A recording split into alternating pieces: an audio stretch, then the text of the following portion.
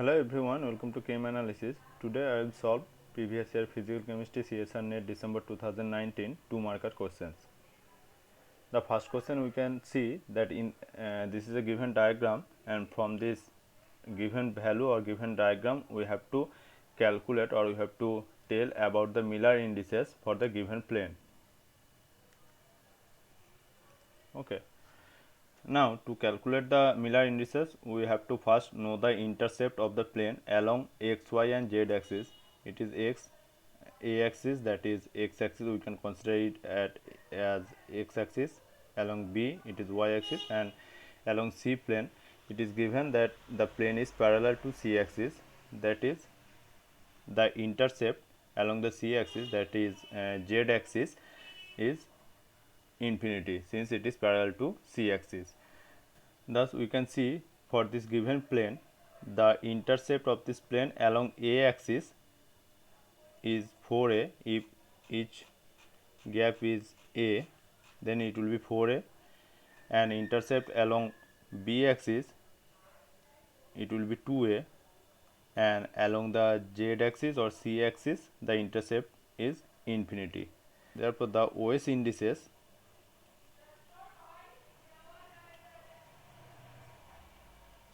will be 4, 2, infinity. Now to calculate the Miller indices we have to first take the reciprocal of this value, that is reciprocal of the intercept a by 4a, a by 2a and a by infinity, and in the Miller indices there will be no comma. So it is 1 4, it is 1 by 2 and it is 0, and to make it a unit number we have to multiply each term by 4. Then 4 will be cancelled out. That is the Miller indices for the given plane is 1 to 0.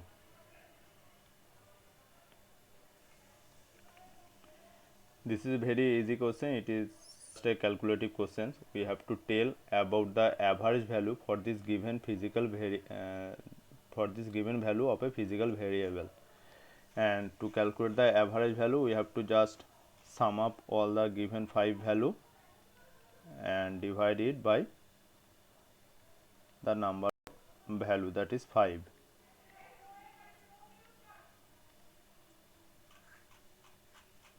Is only the average. If a number it as a bar, then the average value will be, if you calculate it will be 197. Now we have to also calculate the standard deviation. Now the formula of standard deviation is root over of a minus a bar the square divided by n minus 1. N is the number of the given value, that is 5 here, and here a is the value of each value of the physical variable, and a bar is the average.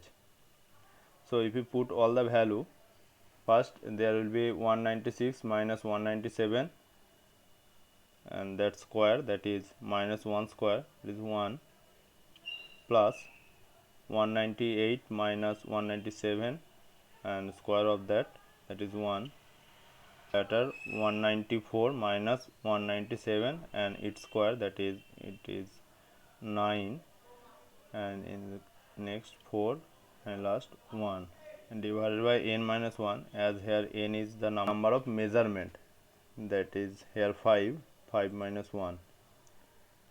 So it will be 5, 9, 14, 15, 16 divided by 4, so it will be 2. Therefore the average value is 197 and standard deviation would be 2. Here is a given wave function for hydrogen atomic orbital, and we have to identify that which orbital is denoted by this wave function. Now for that we have to know the value of n, that is principal quantum number and azimuthal quantum number. If we can find out this value of n and l from this wave function, we can tell that which orbital it is. Now the hydrogenic wave function is proportional to that is radial part of hydrogenic orbital is proportional to e to the power minus r by n a0.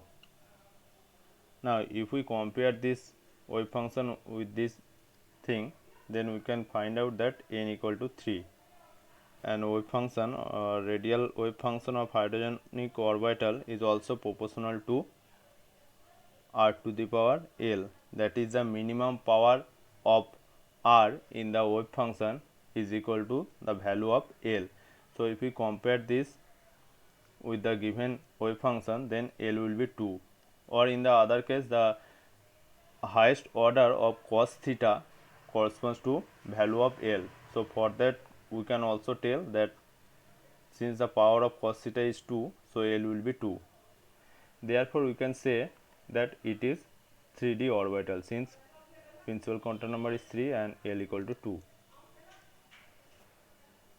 Now this is a question from electrochemical cell, and we have to calculate the cell potential for this given cell silver chloride KCl electrode that is connected to a standard hydrogen electrode at 298 Kelvin, and it is given the standard redox potential of AgCl AgCl minus system, and for that we have to write the exact half cell reaction, that is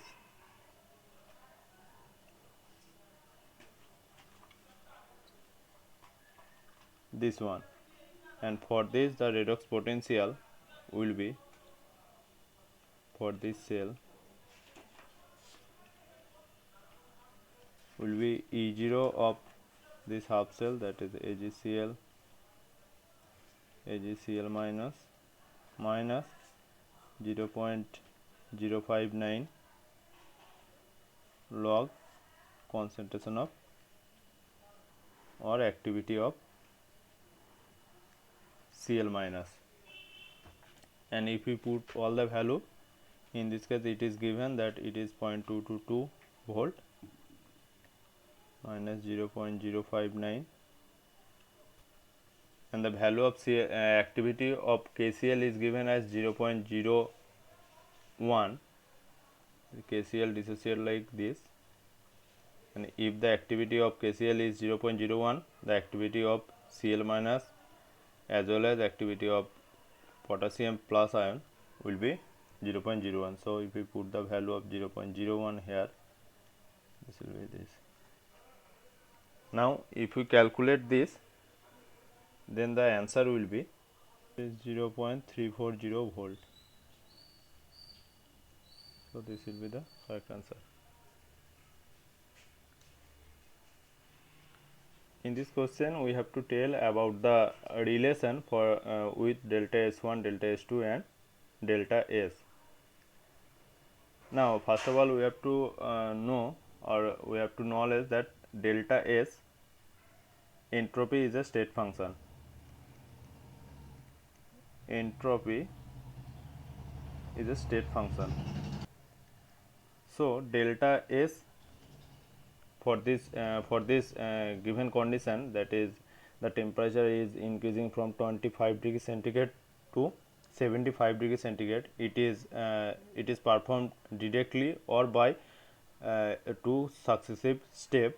It does not depend on the path, that is delta S for this change of temperature 25 degree centigrade to 75 degree centigrade will be summation of the two consecutive steps, that is delta S1 and delta S2. This is satisfied, or this is a condition for entropy is a state function. Now we have to find out the relation between delta S1 and delta S2. For that we have to know the relation or formula for entropy change, that is n mole of gas NCV ln T2 by T1 or NCP ln T2 by T1.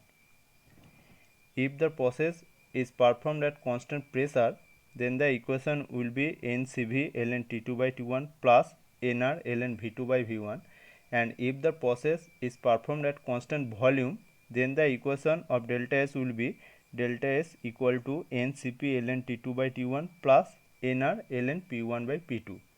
Now for the first change, that is delta S1, delta S1 will be, if we consider the first equation for both the case, then it will be at final temperature is 50 degree centigrade, that means 323 Kelvin divided by 25 degree centigrade, that means 298 Kelvin, and delta S2 will be NCV ln T2, final temperature is 75 degree centigrade, that means 348 Kelvin divided by initial temperature is 50 degree centigrade, that means 323 Kelvin. If you calculate both these values, you will find that delta S1 will be greater than delta S2.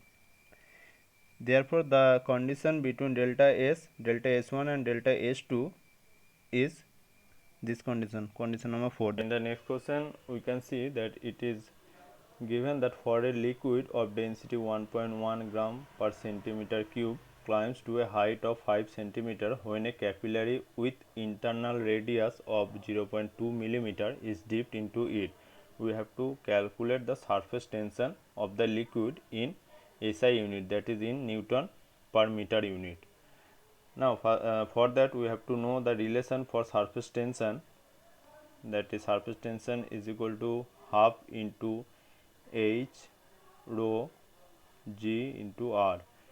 Here H is the height of the liquid climbs along the capillary, rho is the density of the liquid, R is the internal radius, and G is the G factor, that is 9.81 meter per second square.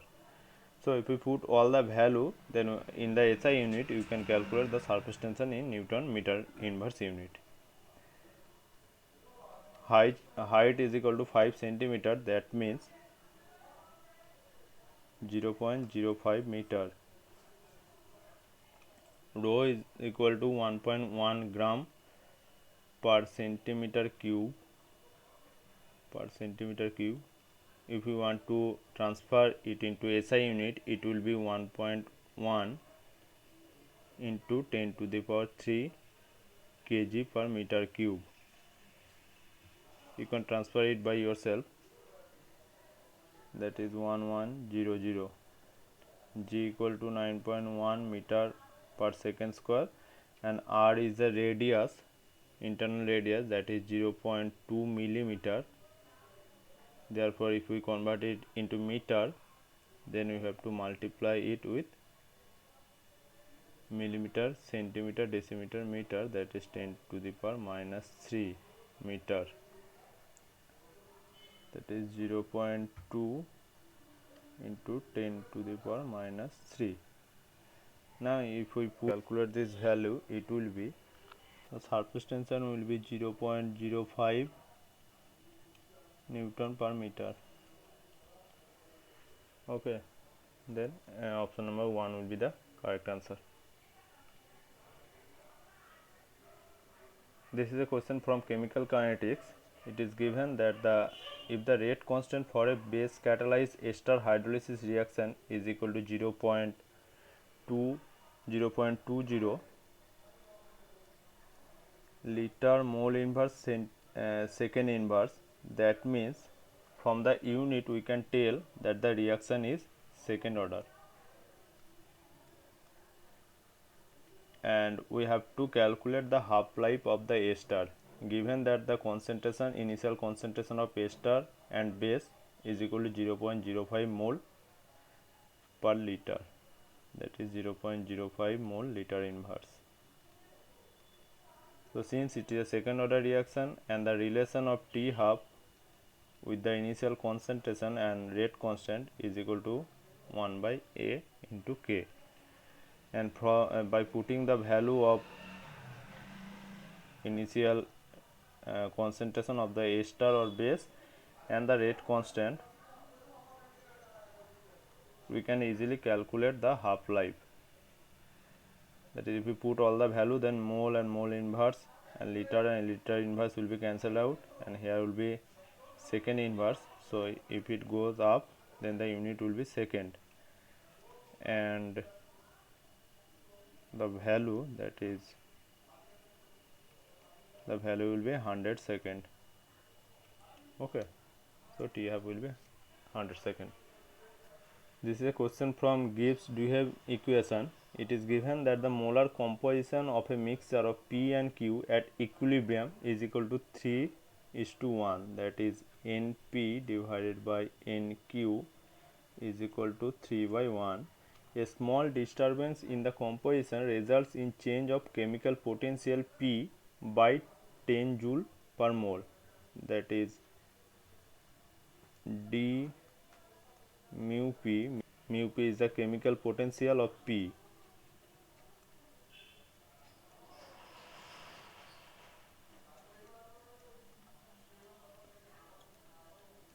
It is changed by 10 joule per mole.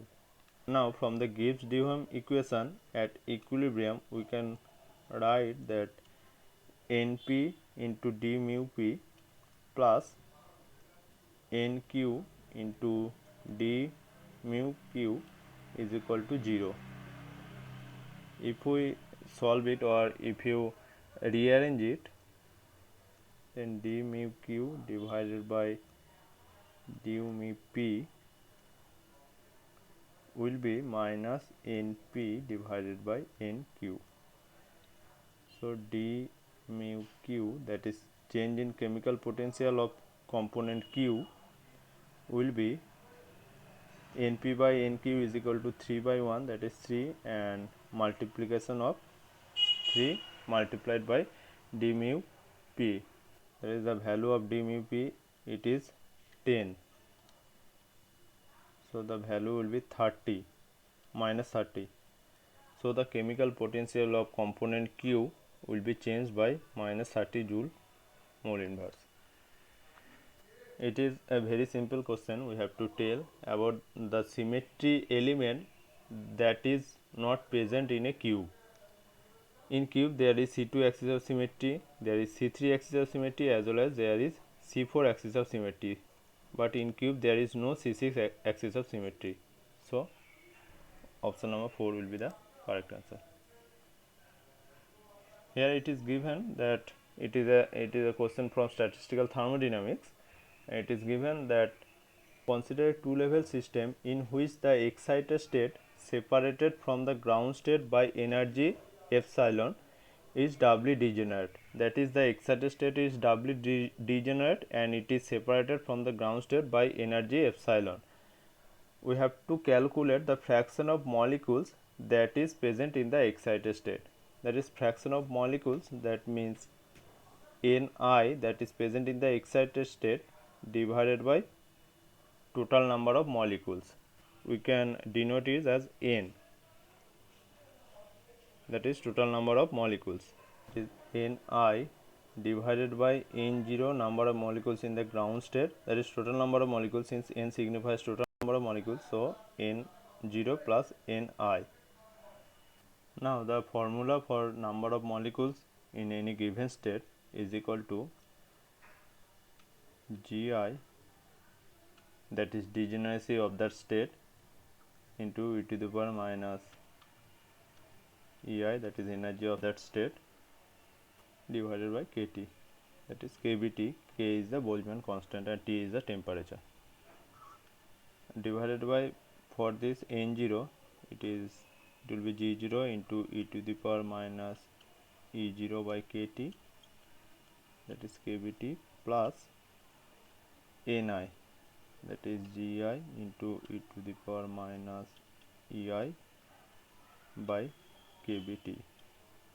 It is given that the energy separation, that is Ei minus E0, is equal to epsilon, and we have to calculate the fraction of the molecules, that is this value, at t equal to infinity.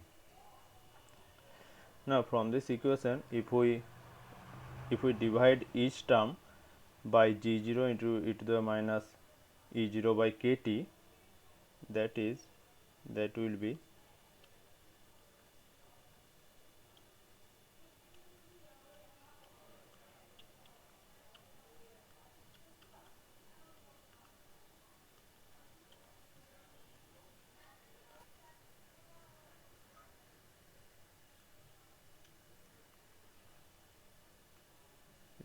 Gi divided G0 2 to the power minus Ei by Ei minus E0 divided by kBt. Now if we put here Ei minus E0 is equal to epsilon, then the equation converts to, that is, in place of Ei minus E0 we can write that epsilon. Otherwise, if we put the condition, that is at t infinity, then this equation will become, this equation converts to, that is Gi divided by G0 plus Gi. Gi is equal to 2 since the degeneracy of the excited state, and G0 is equal to 1, the degeneracy of the ground state, and Gi equal to 2, so the value will be 2 by 3. And if we solve this question by through this pathway, then also the answer will be 2 by 3. Now here we have to put the condition that t equal to infinity, and for that this term will become 1, and similarly this term will also become 1, and the value will be Ni divided by N equal to Gi by G0 divided by 1 plus Gi by G0. Gi equal to 2, G0 equal to 1, so the above will be 2 and below will be 1 plus 2, so the answer will be 2 by 3, answer will be same. So this is the correct answer. So this is the last question for this discussion. It is given that the titration of 4.4 gram of a polymer having carboxylic acid N group requires 11 ml of 0.02 molar NaOH. We have to calculate the average molar mass of the polymer in kg per mole unit. Now since the polymer carboxylic acid chain at the side chain, so to neutralize or to titrate this carboxylic acid polymer, for 1 mole or 1 molecule of this carboxylic acid polymer we need 1 molecule NaOH. Just try to understand the concept. Since it is given that the 4.4 gram of the polymer requires 11 ml of 0.2 molar NaOH, that means 11 ml 0.02 molar NaOH means 11 into 0.02 millimole, that is 22 millimole, and if we convert it mole, since the unit of the molar mass will be in kg per mole, so it will be 10 to the minus 3 mole. Now since the acid requires this amount of this mole of NaOH, since I tell previously that 1 molecule or 1 mole of carboxylic acid polymer will require 1 molecule or 1 mole of sodium hydroxide, so the millimole or mole of corresponding carboxylic acid polymer will be this one, that is 0.22 to 10 to the minus 3. If we can consider it at 1 equivalent, so 1 equivalent NaOH will neutralize 1 equivalent of acid polymer. Now it is given that 4.4 gram of the polymer is present in the reaction medium, and it corresponds to this mole of the carboxylic acid polymer. Therefore we can calculate the molar mass, that is molar mass will be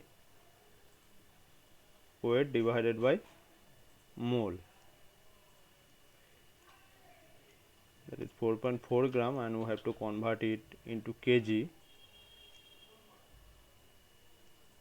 divided by 0.22 into 10 to the power minus 3 mole. So 10 to the minus 3 will be cancelled out, as if you divide it, it will be 20 kg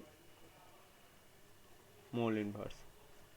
Therefore the answer or average molar mass of the polymer will be 20 kg per mole. So that's all for this discussion. If you like this video, you can also share it with your friends, and if you are new in this channel, then please subscribe to my channel. Thank you.